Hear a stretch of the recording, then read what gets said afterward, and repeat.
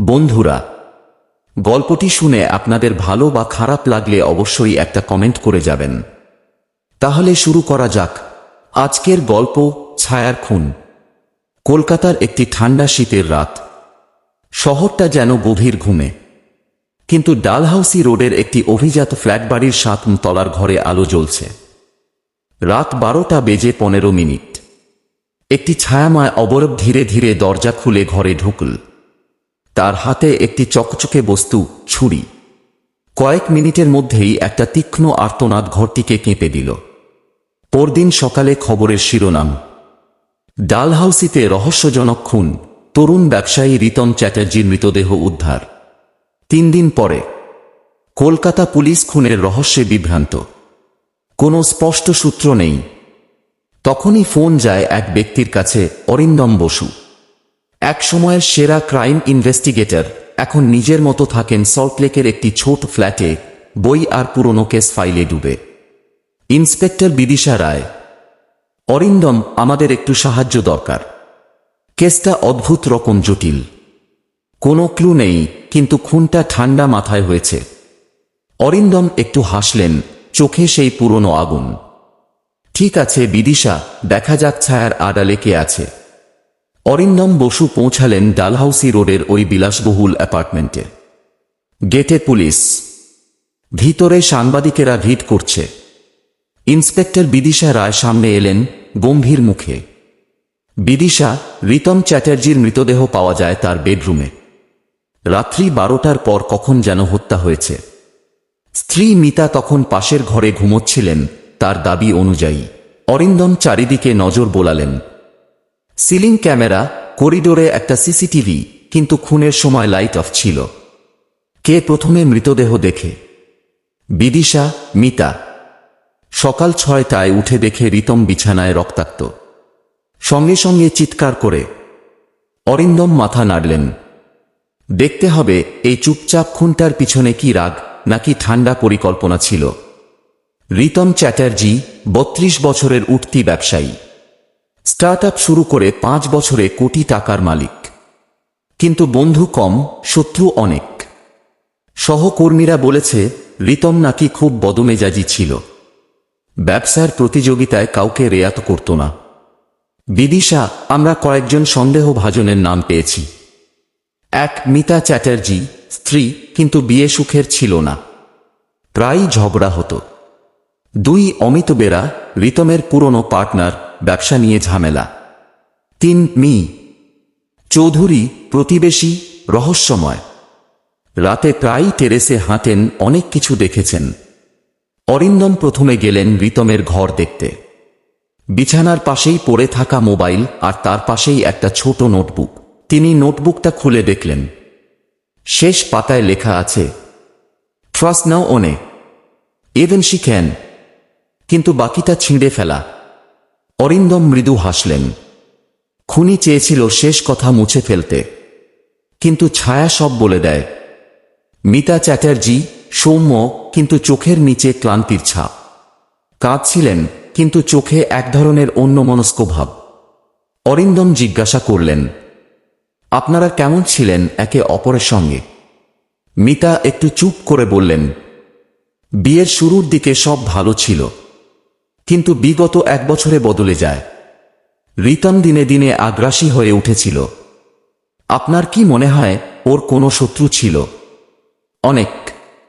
ওর ব্যবসার প্রতিদ্বন্দ্বীরা ওকে সহ্য করতে পারত না। আপনি কিছু সন্দেহ করছেন? মিতা কিছু না বলে জানালার দিকে চেয়ে থাকলেন। মিস্টার চৌধুরী প্রায় 65 বছরের এক নিঃসঙ্গ মানুষ, পাশের ফ্ল্যাটে থাকেন। ঘরে বইয়ের গন্ধ, ভিক্টোরিয়ান আসবাব, আর দেয়ালে ঘড়ির টিকটিক। অরিন্দম বললেন, আপনি কিছু অস্বাভাবিক শব্দ শুনেছিলেন ওই রাতে? চৌধুরী সাহেব একটু চিন্তায় পড়ে বললেন, রাত 12:30টার দিকে একটা ধূপ শব্দ শুনলাম। জানলার পর্দা নাড়তে গিয়ে দেখলাম কেউ সিঁড়ি বেয়ে নামছে। ছায়া মতন, মুখ দেখা যায়নি। আপনি কাকে সন্দেহ করেন? খুনি বাইরে থেকে এসেছে এরকম আমার মনে হয় না। এটা ঘরের ভিতরের কাজ। অরিন্দম জানতেন এখন ছায়ার খেলা আরো গভীর হচ্ছে। অরিন্দম ফিরে গেলেন তার সল্টলেকের ছোট অফিসে। হাতে রিতমের ল্যাপটপ, যা পুলিশ তাকে অস্থায়ীভাবে ব্যবহার করতে দিয়েছে। রিতমের ফোল্ডারে একটা ফাইল চোখে পড়ল, পার্টনারশিপ এন্ড ট্র্যাকফানো পিডিএফ। তিনি খুলে দেখলেন রিতম চ্যাটার্জি ও অমিত বেরা একসাথে একটি টেক কোম্পানি শুরু করেছিলেন। কিন্তু কিছু মাস আগে রিতম চুপচাপ অমিতকে কোম্পানি থেকে বের করে দেয়। চুক্তির শেষ পাতায় লেখা, অমিতের অংশীদারিত্ব পার্সেন্টেজ, সমস্ত আইনি মালিকানা রিতম চ্যাটার্জির একার নামে।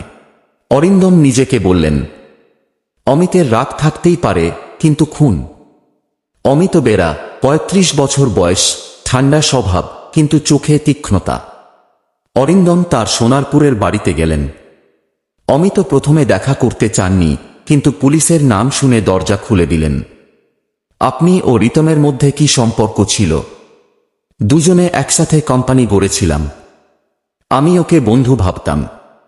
ও আমার সঙ্গে প্রতারণা করেছে। খুন করার মতো রাগ কি আপনার ছিল? অমিত শান্তভাবে বললেন, রাগ ছিল, খুন করার মতো না। আমি তখন বাড়িতেই ছিলাম। মা আর ভাই আছে, জিজ্ঞেস করতে পারেন। অরিন্দম একটু অবাক হলেন। মিথ্যে বলছে না, তবুও কিছু যেন লুকোচ্ছে। তদন্ত যখন ধীরে ধীরে এগোচ্ছে, হঠাৎ শহরে নতুন খবর। টেক উদ্যোক্তা অমিত বেরা নিহত। ঘটনাস্থল তারই সোনারপুরের বাড়ি। পুলিশ বলছে রাত 11টার দিকে তার ঘাড়ে ধারালো অস্ত্রের আঘাত। অরিন্দম ছুটে গেলেন। ঘরে ঢুকেই তিনি থমকে গেলেন। মেঝেতে রক্তে ভেসে পড়ে আছে অমিত, আর পাশে ছড়ানো একটি কাগজ, ভেজা হাতে লেখা, আমার ভুল ছিল, কিন্তু আমি খুনি নই। সে এখনো আছে ছায়ার মধ্যে। বিদিশা বললেন, এখন বোঝা যাচ্ছে খুনি শুধু প্রতিহিংসা নয়, কিছু ঢাকতে চাইছে।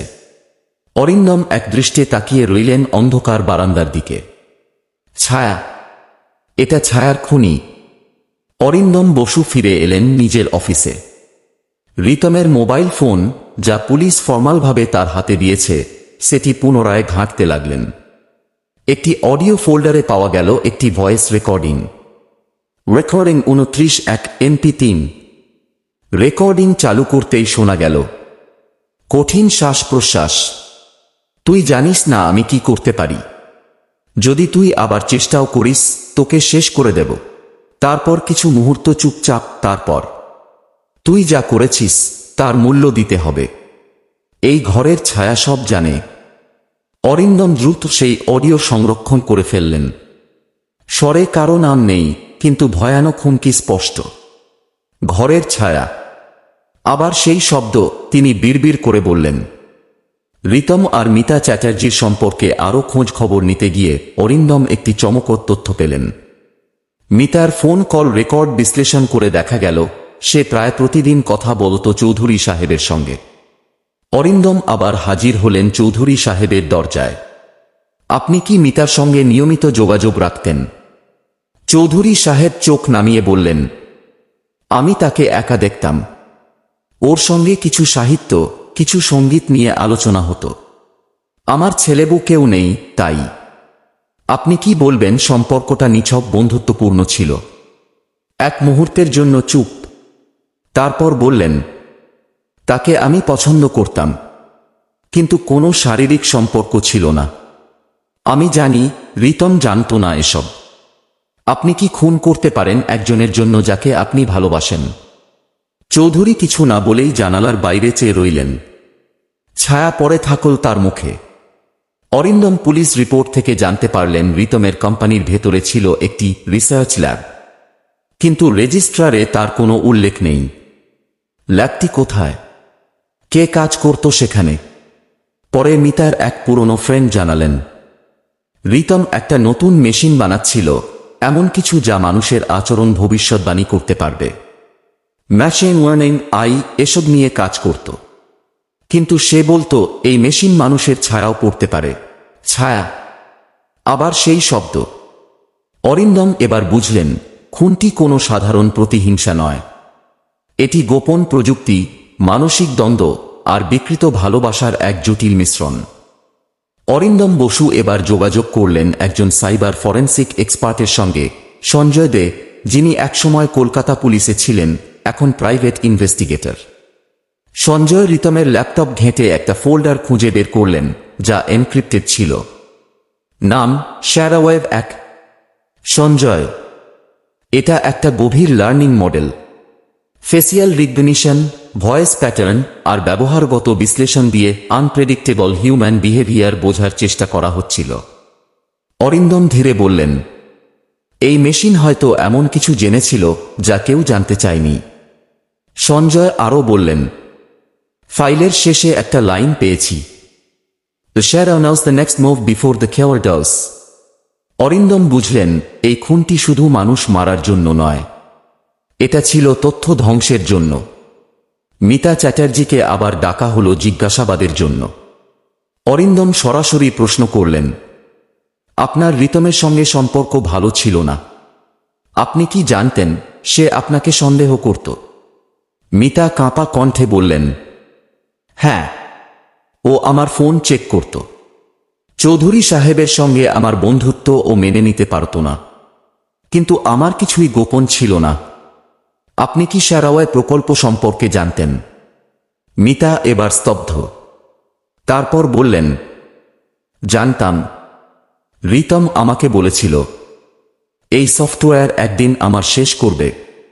আমি তখন বুঝতে পারিনি ও কি বলতে চাচ্ছে। অরিন্দম বুঝলেন রিতম জানত তার চারপাশে কেউ তাকে শেষ করতে পারে, এবং সেই সত্য তার তৈরি প্রযুক্তি আবিষ্কার করে ফেলেছিল। চৌধুরী সাহেবের অতীত ঘেঁটে অবাক করা তথ্য বেরিয়ে এলো। তিনি একসময় একজন নিউরোসায়েন্টিস্ট ছিলেন, কলকাতা মেডিকেল রিসার্চ ইনস্টিটিউটে চাকরি করতেন। সেখানে একটি প্রজেক্টে কাজ করছিলেন যেটার নাম ছিল খাগনেরের শ্যারাও ম্যাপিং। একটি পরীক্ষার সময় এক তরুণ সহকারী মারা যান। প্রজেক্ট বন্ধ হয়ে যায়। চৌধুরী পদত্যাগ করেন। বিদিশা বললেন, ওই সহকারী ছিল রিতমের দাদা রাহুল চ্যাটার্জি। অরিন্দম ধীরে বললেন, এই খুনের শুরু অনেক বছর আগে। এটা শুধুই প্রযুক্তি নিয়ে নয়, এটা একটা ব্যক্তিগত প্রতিশোধ। রাত 9টা।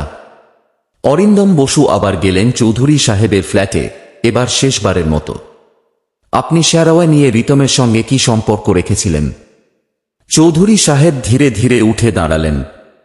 রিতম জানত আমি কে। ওর দাদা রাহুল মারা গিয়েছিল আমার গবেষণার কারণে। আমি ওকে চুপচাপ সাহায্য করছিলাম যাতে সেই ভুল আবার না হয়। তাহলে আপনি খুন করেননি? না, কিন্তু আমি জানি কে করেছে। ও দিন কয়েক আগে আমায় বলেছিল এই সফটওয়্যার সত্যি বলে ফেলেছে কে আমার শেষ করবে। অরিন্দম, আপনি নাম জানেন? চৌধুরী মাথা নিচু করে বললেন, হ্যাঁ, ওর স্ত্রী মিতা। অরিন্দম মিতাকে ফোন করলেন। আপনার সঙ্গে কথা বলা দরকার এখনই। শ্যারাওয়ে এখনো চালু আছে। ও সব দেখেছে।